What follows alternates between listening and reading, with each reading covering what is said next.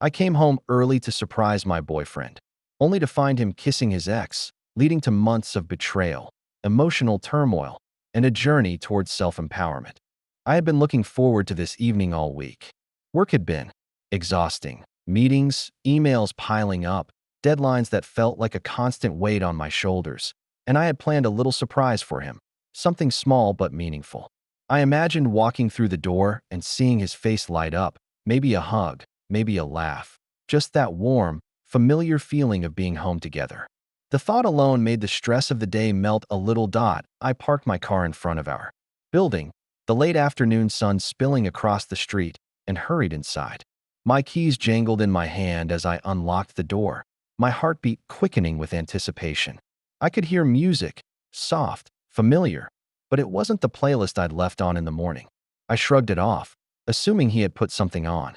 To relax, I pushed the door open, my breath caught in my throat. There they were, him, my boyfriend, sitting on our couch, and her, his ex, her head tilted back, laughing at something he had whispered, and his hand, too close, too intimate. My body froze. My hands, which had been holding the door so lightly moments ago, clenched into fists. My chest tightened, and I felt like someone had just driven a truck through my stomach. I tried to process it logically. Maybe it was innocent. Maybe they were just talking. But the way he leaned in, the ease, the familiarity, no. It wasn't just a conversation. It was betrayal, blatant and undeniable. The air seemed to thicken, the warm, familiar smell of our apartment now clashing with something bitter, almost metallic, that rose up in my throat. That I wanted to scream, to run, to demand an explanation all at once, but I felt my legs rooted to the floor. Every happy memory I had of him, our dinners, lazy Sundays, whispered jokes in bed, clashed violently with this scene before me. How had I not seen this coming? How could he do this, here, in the space we shared, under my nose?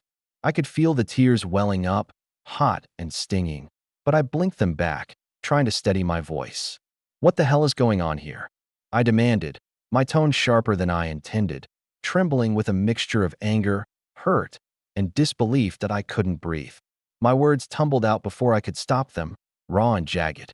What the hell is going on here? I shouted, my voice echoing off the walls of our apartment. My hands were shaking so violently that I barely kept my balance, and every muscle in my body screamed with tension. He looked up at me, eyes wide for a split second, then quickly tried to cover his guilt with a casual shrug. It's just a mistake, he muttered, voice low, almost pleading. A mistake? My mind froze. The word hit me like ice water. A mistake? After months, maybe years, of trust and shared life, a mistake reduced all of it to something accidental, insignificant. Rage and disbelief collided in my chest, making it impossible to think clearly. I felt my throat tighten, my heart hammering so loudly I was sure he could hear it. That I stormed toward the couch, each step fueled by betrayal and disbelief. A mistake? A mistake? You think this entire thing, is just a mistake? My voice cracked with the strain of emotions I couldn't contain. She, the ex, looked up at me, eyes wide and startled, like she hadn't expected me to return so soon. And him, he avoided my gaze, shame flashing across his face for a fraction of a second before he tried to steady himself. The room felt like it was closing in. My chest was tight, my hands balled into fists at my sides, knuckles white. Do you have any idea what you've done? I continued, my voice rising, desperate to make him feel the weight of every second of trust one had given him, every little moment I had believed in him. Do you even realize what this means for us? He stammered, tried to speak, but the words came out jumbled. I could see him flinch at my fury, and I hated myself a little for enjoying that, even as tears threatened to spill down my cheeks. I wanted to scream at her, too, though logically I knew she was just a visitor in a story that he was writing with his choices. My mind raced. Every memory of him, every private joke, every gentle touch, now tangled up with this grotesque image of betrayal. Hours seemed to pass in minutes as accusations flew back and forth. I can't believe you, I yelled. I trusted you. I loved you. His defense was weak, almost childlike. It's not what you think, but his eyes betrayed him. Each denial felt like a dagger twisting in my chest, each half-hearted. Apology fueling a storm of anger and hurt inside me that I finally sank to the floor, exhausted, shaking, feeling the entire world crash down around me. The apartment, once a safe haven, now felt alien and suffocating. The smell of his cologne mixed with the faint perfume she wore, an odor that would forever be tainted in my memory. My mind screamed at me to leave, to run, to escape, but my body refused to obey. I needed him to understand, to feel the pain he had caused that I sank against the wall, chest heaving, trying to make sense of the chaos that had erupted in my living room. Every memory of him, the way he used to brush my hair back, the quiet evenings we spent binge-watching shows, the way he laughed at my terrible jokes, clashed violently with the scene I had just walked into. My heart twisted in a knot so tight. It felt like it might stop beating. Anger surged, then crumbled into despair. How could someone I loved so completely, someone I trusted with every secret, betray me like this? I wanted to scream at him again, to demand every answer, every reason. But even the words felt useless. I could hear the echoes of their laughter from moments ago replaying in my mind. A cruel reminder of what I had lost in an instant. Tears began to fall, hot and relentless, stinging my eyes as the emotional storm inside me grew. I remembered the nights we stayed up talking about our dreams, the mornings filled with coffee and quiet smiles, the plans we had made for the future. And now, all of it felt like a lie. The contrast between those tender memories and this unbearable present was almost too much to bear, that I found myself imagining every what-if scenario. What if I had come home later? What if I hadn't planned this surprise? What if I had somehow sensed it sooner? Each thought cut deeper, fueling both rage and grief. The betrayal wasn't just a moment. It was a fracture in the foundation of everything I believed about us. My hands trembled as I clutched the edge of the couch, knuckles white, desperate for some sense of control. I whispered to myself, almost like a prayer, how did this happen? Why didn't I see it coming? My mind oscillated between fury and sorrow, unable to settle, a tempest of emotion that left me drained yet restless, aching for some resolution. Even in this whirlwind, a small, determined voice inside me began to whisper, one that wouldn't let this moment define me. I knew I couldn't stay trapped in shock and despair forever. I had to confront it, to face him, to reclaim some semblance of power over my own life. And yet, fear mingled with resolve. What would happen next? How much worse could it get before it finally stopped? I couldn't sit there alone any longer, trapped in my spiraling thoughts. My phone felt heavy in my hand, but I knew I had to call someone, anyone, before I lost myself completely. My fingers dialed my best friend's number. With trembling urgency, each press of a button echoing the pounding of my heart. When they answered, I could barely get the words out, my voice raw and shaking. I just came home, and I found him with her. There was a long pause on the other end, and then a gasp. Wait, what? Are you serious? My friend asked, disbelief coloring every syllable. Hearing that someone else reacted with shock, as if they were standing in the room with me, made the situation both more real and somehow slightly less isolating. I burst into tears, the sound choked with anguish and fury. I don't know what to do, I whispered, though inside I longed to scream every single thought in my head. My friend's voice softened, reassuring yet fierce. You do know what to do. You need to breathe, okay? You need to not let him see how much he's already hurt you. And we're coming over. The promise of support, even over the phone, sent a shiver of relief through me.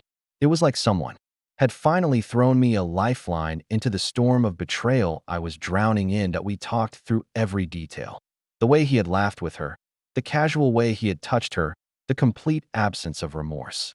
Each piece of the puzzle, once shared aloud, became something tangible. I could see the depth of the betrayal more clearly, and yet hearing it from someone outside the situation gave me strength I didn't know I had to. My friend asked the questions I couldn't voice. Did he try to explain? Did he say anything? I shook my head, tears still streaming. He just called it a mistake, I whispered, the words tasting bitter. My friend's outrage boiled over into protective fury. A mistake? That's not a mistake. That's betrayal. And you deserve so much better. For the first time since I'd walked in, I felt a flicker of power, not over him, not yet, but over myself. Someone else saw what I saw. Someone else believed the anger, the hurt, the injustice I was drowning in. And maybe, just maybe, I wasn't completely alone in this nightmare. By the time my friends arrived, the apartment had become a battlefield of words and raw emotion. I couldn't hold back any longer. "Do you even hear yourself?"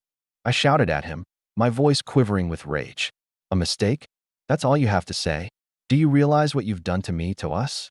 He tried to step forward, hands raised in a half-hearted gesture of defense. "I didn't mean for this to happen. Didn't mean to happen." I cut him off, my words slicing through the air like knives. "You think that makes it okay? That erases everything? Every lie, every secret message, every moment you've made me feel second to her." My friends watched silently, their expressions a mix of shock and protective fury, as I vented every ounce of betrayal and hurt I had. Bottled up, that he flinched at my words, his eyes darting between me and my friends. Look, it wasn't like that. Not like that." I screamed, my chest tight, my heart hammering. "You're sitting here, trying to explain this away, while I find out the person I loved is being treated like a joke. Every memory we made, just a backdrop for your lies." The apartment seemed to vibrate with our shouting, the walls holding the echo of anger and despair. I could feel the heat in my face, the tremor in my hands, the raw ache in my chest. He tried to interrupt, but every attempt only made my words sharper, faster, more desperate. "Do you even care what this feels like for me?" I shouted, tears blurring my vision. "Do you understand that trust isn't something you just throw away when it's inconvenient? Do you know how much I've loved you?" My voice broke on the last word, the emotional weight of months, maybe years, of shared life pressing down on me. He sank into the couch, silent now, avoiding my gaze, as if the fury and hurt I poured out had physically struck him. My friends stood behind me, silent pillars of support, letting me express my pain without interruption. And in that moment, amidst the chaos, I realized something. My anger was no longer just pain, it was strength. The strength to stand, to demand honesty, to reclaim some sense of control over a situation that had spiraled entirely out of my hands. After the argument had subsided into tense silence, I noticed his phone lying on the kitchen counter, buzzing quietly. My curiosity, and maybe something darker, a need to confirm the betrayal, pushed me forward. I hesitated, heart hammering, fingers trembling. Every instinct screamed at me to leave it alone, but I knew I had to see the truth for myself. That I picked it up, unlocking the screen with the code I knew too well. The messages hit me like a tidal wave. Texts, photos, and even little love notes, hidden conversations with her, the ex. He had been talking to her for months, claiming to meet friends, late work nights, random errands, all lies. I felt like the air had been sucked out of the room. The messages weren't just casual chatter. They were intimate, playful, emotionally loaded.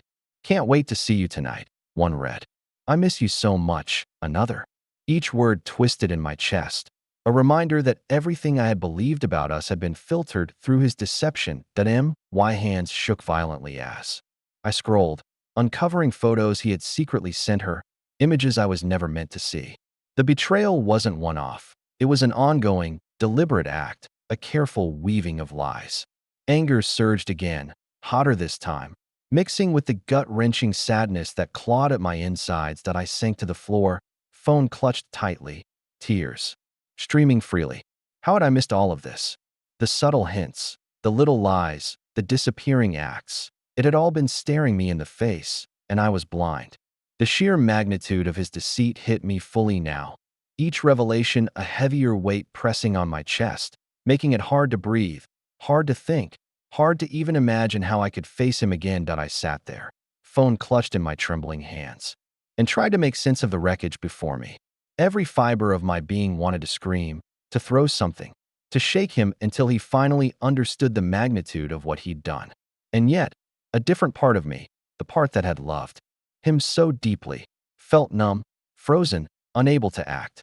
My mind swung violently between fury and sorrow, rage and longing, clarity and confusion. That I replayed every memory we'd shared, each intimate moment now tainted by the knowledge of his lies. The quiet Sunday mornings, the laughter over burnt pancakes, the whispered "I love yous" in the dark, all of it now tangled with betrayal. Was it possible to still care for someone who had so thoroughly deceived you? My heart ached with the contradictions, each beat reminding me of both love and grief. Questions tore through me like jagged shards. How long had this been going on? Had he ever truly loved me? Or had I been nothing more than a convenient placeholder until she came back into the picture? And if he had loved me at all, how could he betray that trust so casually, so openly? Each question dug deeper, leaving me raw, exposed, and uncertain about everything I thought I knew. Tears blurred my vision as I sank further into the couch, my body trembling from exhaustion and heartbreak. And yet, amidst the storm of emotions, a flicker of resolve sparked inside me.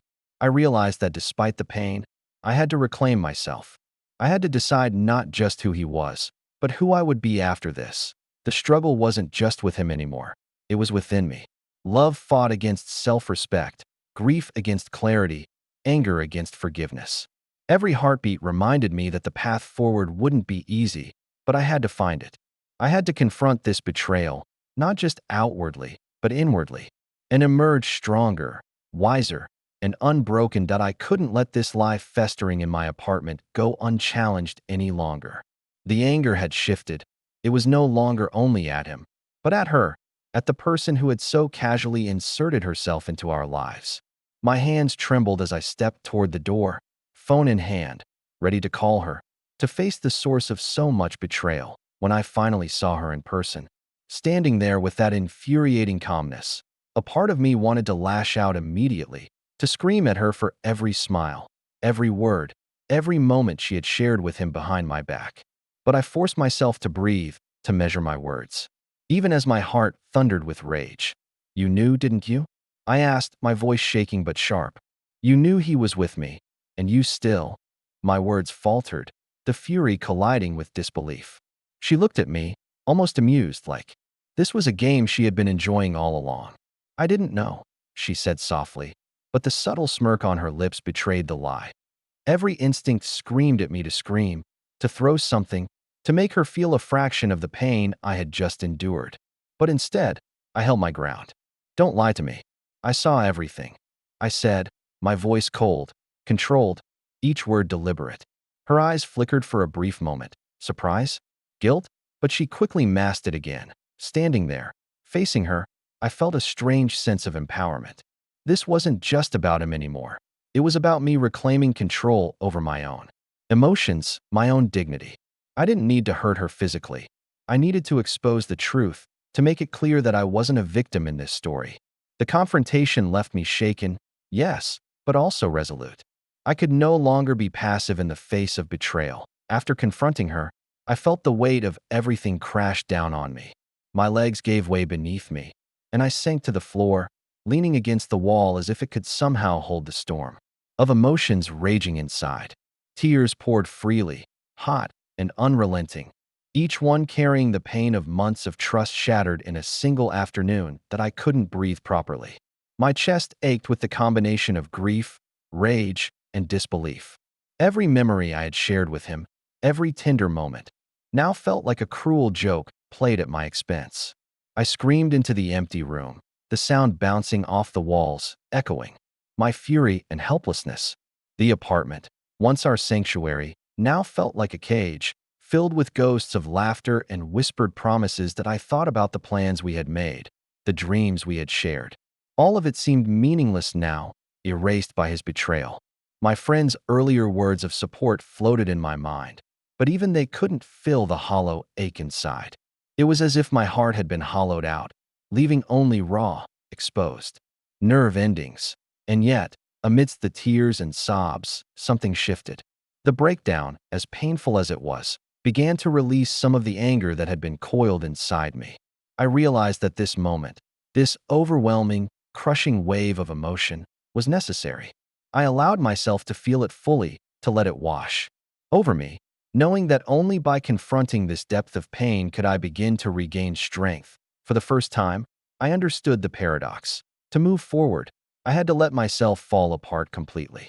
And in that collapse, a small ember of resilience flickered, reminding me that I was not defeated, only battered. The catharsis was excruciating, but it was the first step toward reclaiming myself. After the emotional collapse, a strange clarity began to emerge. Between the tears and the rage, I realized I couldn't let this situation remain unchallenged. I needed proof, not for revenge in the petty sense, but to reclaim control over my life and to ensure I was no longer blind to his deceit. I began by going through every conversation, every message, every social media interaction I could access. Each screenshot I took, each piece of evidence I collected, made the betrayal concrete, undeniable.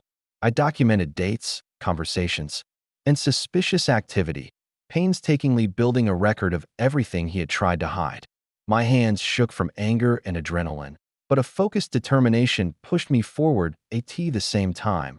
I started to plan my next steps. This wasn't about hurting him, at least not in a way that would make me feel small, but about standing tall, exposing the truth, and asserting my boundaries. I thought through how to confront him with facts, how to make it clear that I would no longer tolerate lies, manipulation, or disrespect. Every detail mattered. The timing, the words I would use, the support I could call upon from friends. Even in this calculated planning, my emotions surged unpredictably. Waves of grief threatened to break me again, but I held on to the ember of resolve that had flickered during my breakdown. I wanted him to feel the weight of his actions, yes, but more importantly, I wanted to feel empowered, to reclaim my agency after months of being blindsided by lies that by the end of the night. I had a folder full of evidence, a clear mental strategy, and a sense of purpose that contrasted sharply with the chaos of the previous hours. The betrayal had been devastating, but it had also sparked a fierce, unyielding determination inside me. I was ready to confront the consequences, and this time, on my terms. The next day, I felt a mixture of nerves and cold determination. I wasn't just going to yell or cry this time. I had a plan. Every screenshot, every hidden message, every lie he had told was carefully cataloged in my mind, ready to confront him in a way that left no room for excuses. When he walked in, casual and unaware, I could see the faint smugness in his expression, thinking the storm had passed. I let him settle for a moment before speaking, voice calm but icy. "We need to talk," I said, holding up my phone. His eyes flickered briefly, a hint of recognition, but he tried to mask it that I laid everything out. Messages, photos, the timeline of his lies. I didn't scream or beg. I didn't plead. I let the facts speak for themselves, the evidence undeniable. His smugness faltered, replaced by panic and stammered denials. It's not what it looks like," he started, but I cut him off. "No, it is exactly what it looks like," I said, voice steady. I could feel the room shift, the balance of power swinging toward me. My friends, who had gathered quietly, bore witness, their supportive presence amplifying my control over the situation. That I wanted him to understand the full impact of his actions, not just on me, but on the respect and trust he had completely destroyed. And as he stumbled over excuses, I felt a strange satisfaction. Not cruelty, not revenge in the traditional sense, but justice. I had reclaimed my dignity, stood my ground, and made it impossible for him to hide behind lies any longer. By the time the confrontation ended, he was pale, trembling, and visibly shaken. I didn't need to raise my voice. The evidence and my resolve did all the work. I realized in that moment that my moral victory wasn't just about exposing him. It was about proving to myself that I was stronger, wiser, and unbroken, even after everything. He stood there, phone trembling in my hand, eyes wide as if seeing me for the first time. The casual arrogance, the confidence he had worn like armor, was gone, replaced by something raw, panic, shame, and an unmistakable flicker of fear. I could almost hear the gears turning in his head, realizing the consequences of months of deceit had finally caught up to him. I didn't mean," he began, voice shaky, words stumbling over themselves.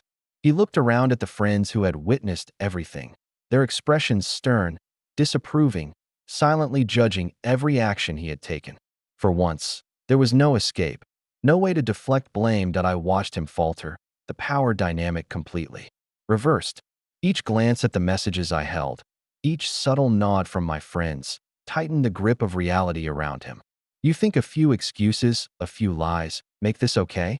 I asked, voice calm but edged with steel. Do you even feel what you've done? His eyes darted around the room, avoiding mine. I could see the shame seeping through, a mixture of guilt and fear that this confrontation wasn't just about exposing him. It was about reclaiming my dignity.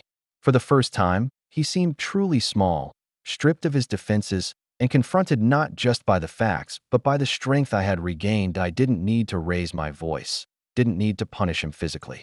The power of truth, of evidence. And my unwavering stance did everything. He was undone, forced to reckon with his actions, while I stood firm, feeling an unfamiliar but welcome sense of calm. Justice had been served in its most potent form, through truth, exposure, and the reclamation of my own strength. After the confrontation, a quiet descended over the apartment, a stark contrast to the storm that had raged just hours before. I sank into the couch, exhausted but strangely lighter. The anger that had consumed me was still there, simmering beneath the surface, but it no longer controlled me. For the first time since the discovery, I felt a sense of empowerment that I reflected on the past few days. The shock, the betrayal, the heartbreak, and the catharsis. I realized that my pain had been immense, but so had my resilience. I had faced lies, manipulation, and emotional sabotage, yet I had stood my ground, demanded accountability, and reclaimed control over my life. It was not just a victory over him. It was a victory over fear, confusion, and the helplessness that had gripped me initially. That I thought about the lessons I had learned, to trust my instincts, to value myself above deceit, and to recognize that love does not justify betrayal. My friends' support had been vital, their presence reminding me that I was not alone, that the world still held people who would stand by me. There was also a subtle, satisfying sense of poetic justice, not in revenge for revenge's sake, but in knowing that truth had surfaced, lies had been exposed, and I had emerged stronger, wiser, and more self-assured. This experience, as painful as it was, had revealed my inner strength, a strength I hadn't fully realized I possessed until now. To be why the time I stood up, looking around the apartment that had felt so alien hours before, I knew something profound had shifted. I wasn't just surviving betrayal. I was transforming it into a testament of my own resilience. And that realization, more than anything, felt like freedom. The next morning, I woke with a clarity I hadn't felt in days. The apartment, once filled with echoes of betrayal, now seemed like a space I could reclaim. I decided that moving forward didn't mean forgetting what had happened. It meant setting boundaries, taking control, and ensuring that my emotional well-being was no longer negotiable. That I contacted him one final time, calmly and deliberately, making it clear that our relationship, as it had been, was over. There would be no manipulation, no excuses, and no further attempts to justify what he had done. I wasn't asking for an apology. I was declaring my own agency. My words were firm but measured, a reflection of the strength I had rebuilt within myself. At the same time, I began small acts of self-care and empowerment. I restructured my living space, removing reminders of him and replacing them with things that reminded me of my independence and resilience. I reached out to friends not for validation, but for support in cementing my own boundaries. Every step, no matter how minor, felt like a reclaiming of my identity. In doing so, I realized that moving forward wasn't about revenge. It was about asserting my right to happiness, to honesty, and to self-respect. The betrayal had been a painful teacher, but it had also forced me to confront the parts of myself that I had neglected: self-worth, intuition, and the ability to stand unwavering in the face of deceit. By the end of the day, I felt a quiet triumph. The past could not be undone, but my present and future were mine to shape. And with boundaries firmly in place, I finally felt ready to open the door to a life defined not by betrayal, but by my own strength and resilience. Weeks had passed since the confrontation, and with each day, the raw edges of betrayal softened. The apartment, once a place of heartbreak and anger, had become a sanctuary of reflection and growth. I found myself smiling more often, laughing without hesitation, and noticing the little things that reminded me of life beyond the pain. I started reconnecting with hobbies I had neglected: painting, reading, long walks that allowed my mind to wander freely. Each activity became a statement of self-reclamation, a reminder that my life didn't revolve around the actions of someone who had chosen deceit over honesty. The freedom in these small moments was intoxicating, a stark contrast to the suffocating weight of the past weeks. Even when memories of him and the betrayal surfaced, they no longer held power over me. I had confronted, documented, and faced every facet of the deception. That process, painful as it was, had fortified me. I could now view the past with a sense of clarity and acceptance, no longer consumed by anger or grief, but motivated by lessons learned. One evening, as I stood by the window, watching the sun dip below the horizon, I felt a profound sense of closure. This chapter had ended, not with a dramatic revenge or confrontation, but with a reclaiming of self. I was free to choose who I trusted, how I loved, and what kind of life I wanted to lead.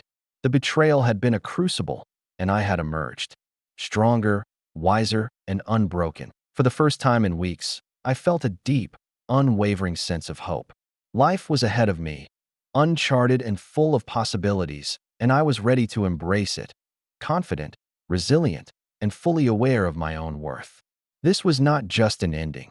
It was the beginning of a new, empowered chapter.